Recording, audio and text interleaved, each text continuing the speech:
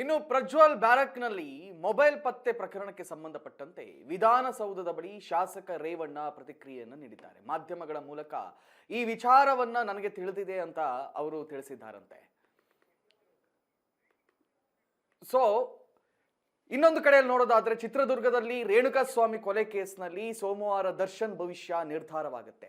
ಸೋಮವಾರ ಏನೇನಾಗುತ್ತೆ ಅನ್ನೋದನ್ನ ಬಹಳ ಕುತೂಹಲದಿಂದ ದರ್ಶನ್ ಅಭಿಮಾನಿಗಳು ಕಾದು ನೋಡ್ತಾ ಇದ್ದಾರೆ. ಮಾಫಿ ಸಾಕ್ಷಿ ಅರ್ಜಿ ಬಗ್ಗೆ ಸೋಮವಾರ ತೀರ್ಪು ಹೊರಬರುತ್ತೆ. ಚಿತ್ರದುರ್ಗದ ರೇಣುಕಾಸ್ವಾಮಿ ಕೊಲೆ ಕೇಸ್ ವಿಚಾರಕ್ಕೆ ಸಂಬಂಧಪಟ್ಟಂತೆ ದರ್ಶನ್ ಅವರ ಭವಿಷ್ಯ ಏನಾಗುತ್ತೆ ಅನ್ನೋದನ್ನ ಸೋಮವಾರ ನಿರ್ಧಾರ ಆಗುತ್ತೆ. ಮಾಫಿ ಸಾಕ್ಷಿ ಅರ್ಜಿ ಬಗ್ಗೆ ಸೋಮವಾರ ತೀರ್ಪು ಹೊರಬೀಳಲಿದೆ. ಪ್ರದೂಷ್ ಅರ್ಜಿ ಪುರಸ್ಕಾರವೋ ತಿರಸ್ಕಾರವೋ ಅನ್ನೋದು ಸೋಮವಾರ ಗೊತ್ತಾಗುತ್ತೆ.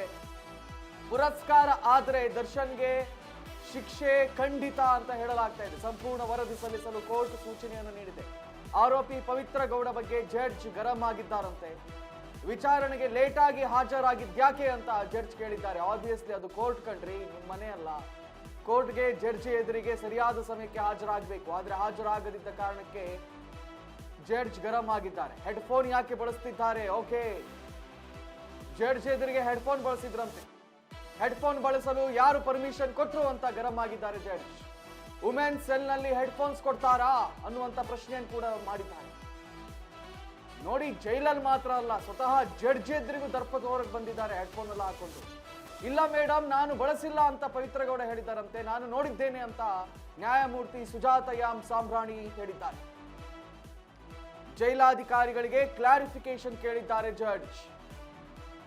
ಪವಿತ್ರ ಗೌಡ ಕೋರ್ಟ್ಗೆ ಬರುವಾಗ ಮನೆಗೆ ಬಂದ ತರ ಆರಾಮ್ಸೆ ಹೆಡ್ಫೋನ್ ಹಾಕೊಂಡು ಮಾತಾಡ್ತಾ ಬಂದ್ರಂತೆ. ಇದನ್ನು ಅಬ್ಸರ್ವ್ ಮಾಡಿದ್ದಾರೆ ಜಡ್ಜ್. ಫಸ್ಟ್ ಆಫ್ ಆಲ್ ಬಂದಿದ್ದೇ ಲೇಟಾಗಿ ಬಂದಿದ್ದು, ಮನೆಗೆ ಬಂದವ್ರ ತರ ಬಂದಿದ್ದಾರೆ. ಅದ್ರ ಜೊತೆಯಲ್ಲಿ ಕಿವಿಯಲ್ಲಿ ಹೆಡ್ಫೋನ್ಗಳನ್ನೆಲ್ಲ ಹಾಕೊಂಡು ಬಂದಿದ್ದಾರಲ್ಲ, ಅದಕ್ಕೆ ಸರಿಯಾಗಿ ಕ್ಲಾಸ್ ತಗೊಂಡಿದ್ದಾರೆ ಜಡ್ಜ್ ಮೇಡಮ್ ಅವರು. ನ್ಯಾಯಮೂರ್ತಿ ಸುಜಾತ ಎಂ ಸಾಂಬ್ರಾಣಿ ಅಂತ ಹೇಳಿ. ನಾನು ನೋಡಿದ್ದೀನ್ರಿ, ಪವಿತ್ರ ಗೌಡ ಹೇಳ್ರಂತೆ. ಇಲ್ಲ ಇಲ್ಲ, ನಾನು ಬಳಸಲಿಲ್ಲ ಮೇಡಮ್, ನಾನು ನೋಡಿದ್ದೀನ್ರಿ ನೀವು ಹಾಕೊಂಡು ಬಂದಿದ್ದನ್ನ. ಜೈಲಲ್ಲಿ ಹೆಡ್ಫೋನ್ ಎಲ್ಲ ಸರಬರಾಜು ಇರುತ್ತಾ ಅಂತ ಪ್ರಶ್ನೆ ಮಾಡಿದ್ದಾರೆ. ಇವೇನು ಅಷ್ಟು ಮಾತ್ರ ಅಲ್ಲ, ಪ್ರದೋಷ್ ನೀಡಿರುವಂತಹ ಅರ್ಜಿಯ ತೀರ್ಮಾನ ಸೋಮವಾರ ಆಗುತ್ತೆ. ಇನ್ ಕೇಸ್ ಆಫ್ ಪುರಸ್ಕೃತವಾದ್ರೆ, ಆ ಅರ್ಜಿ ಪುರಸ್ಕೃತವಾದ್ರೆ ದರ್ಶನ್ಗೆ ಜೈಲೂಟ ಖಚಿತ ಅಂತ ಹೇಳಲಾಗ್ತಾ ಇದೆ. ಇನ್ನಷ್ಟು ವಾದ ವಿವಾದಗಳು ಆಬ್ವಿಯಸ್ಲಿ ಆಗುತ್ತೆ ಪ್ರಾಸಿಕ್ಯೂಷನ್ ಎದುರಿಗೆ. ಆದ್ರೆ ಪ್ರದೋಷ್ ಬಹಳ ಪ್ರಮುಖವಾಗಿರುವಂತ ಸಾಕ್ಷಿ ಇಲ್ಲಾಗ್ತಾರೆ. ಇನ್ನು ಈ ವಿಚಾರದ ಕುರಿತಾಗಿ ನಮ್ಮ ಪ್ರತಿನಿಧಿ ಮೋಹನ್ ದೂರವಾಣಿ ಸಂಪರ್ಕದಲ್ಲಿದ್ದಾರೆ. ಮೋಹನ್, ಬಹಳ ಕುತೂಹಲವನ್ನ ಕೆರಳಿಸಿದೆ.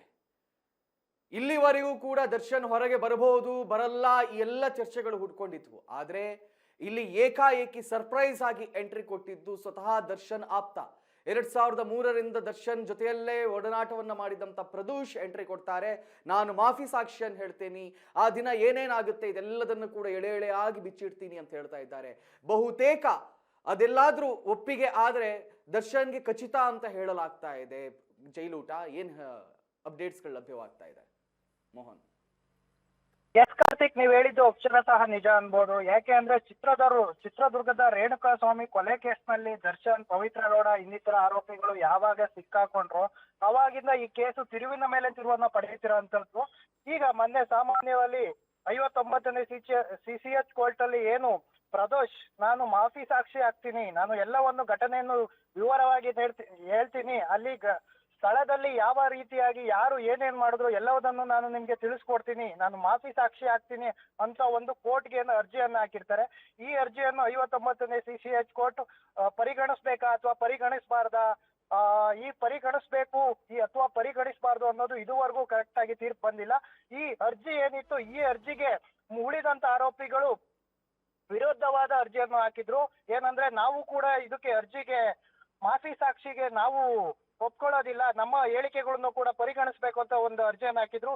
ಇದು ಲಾಸ್ಟ್ನೇ ಕೋರ್ಟ್ ನಲ್ಲಿ, ಸೆಕ್ಷನ್ ಕೋರ್ಟ್ ನಲ್ಲಿ ಕೊನೆ ಎತ್ತಿ ಆದೇಶ ಹೊರಡಿದಂತ ಸಮಯದಲ್ಲಿ ನೀವ್ಯಾರು ಆರೋಪಿಗಳು ಅರ್ಜಿ ಹಾಕೋಂಗಿಲ್ಲ, ನಾವು ಮಾಫಿ ಸಾಕ್ಷಿನ ಪರಿಗಣಿಸ್ತೀವಿ ಅಥವಾ ಪರಿಗಣಿಸದೇ ಇರೋದು ನಮ್ಮ ಇಷ್ಟ, ನೀವು ಇದಕ್ಕೆ ಹಾಕಂಗಿಲ್ಲ ಅಂತೇಳಿ ಒಂದು 59ನೇ CCH ಕೋರ್ಟ್ ಆದೇಶ ಹೊರಡಿತು.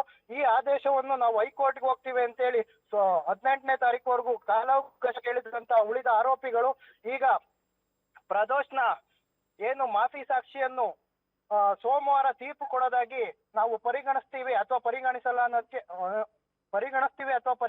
ಅಂತ ಕೊನೆಯ ತೀರ್ಪನ್ನು ಮುಂದಿನ ಸೋಮವಾರ ಕೊಡುವಂತದ್ದಾಗಿದೆ.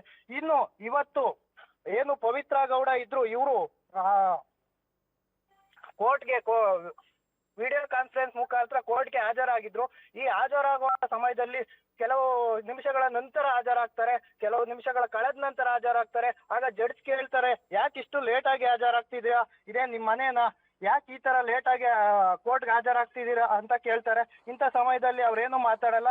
ಮತ್ತೆ ಅವರು ವಿಡಿಯೋ ಕಾನ್ಫರೆನ್ಸ್ ಅಲ್ಲಿ ಬಂದಂತ ಸಮಯದಲ್ಲಿ ಅವರು ಹೆಡ್ಫೋನ್ ಅನ್ನ ಧರಿಸಿರ್ತಾರೆ. ಈ ಹೆಡ್ಫೋನ್ ಯಾಕೆ ಹಾಕೊಂಡಿದ್ದೀರಾ ಅಂತ ಕೇಳಿದ ಸಮಯದಲ್ಲಿ ಜಡ್ಜ್ಗೆನೆ ನಾನು ಹೆಡ್ಫೋನ್ ಬಳಸಿಲ್ಲ, ನಾನು ಯಾವ್ದು ಹಾಕೊಂಡಿಲ್ಲ ಅಂತ ಹೇಳ್ತಾರೆ. ಇದನ್ನ ಕೇಳಿದಂತಹ ಸುಜಾತ ಎಂ ಸಾಮ್ರಾಣಿ ಈ ಜಡ್ಜ್ಗೆ ಕೋಪ ಬರುತ್ತೆ. ಅವಾಗ ಪವಿತ್ರ ಗೌಡ ವಿರುದ್ಧ ಗರಂ ಆಗ್ತಾರೆ.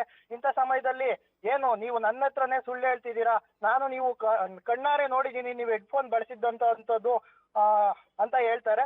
ಇನ್ನು ಸೋಮವಾರ ಏನಿದೆ ಈ ಪ್ರದೋಷ್ ಅರ್ಜಿಯನ್ನು ಸಾಕ್ಷಿಯಾಗಿ ಪರಿಗಣಿಸಬೇಕಾ ಬೇಡವಾ ಅನ್ನೋದು ನಿರ್ಧಾರ ಆಗಲಿದೆ. ಕಾರ್ತಿಕ್, ಥ್ಯಾಂಕ್ ಯು ಮೋಹನ್ ತಮ್ಮೆಲ್ಲ ಮಾಹಿತಿಗಳಿಗಾಗಿ.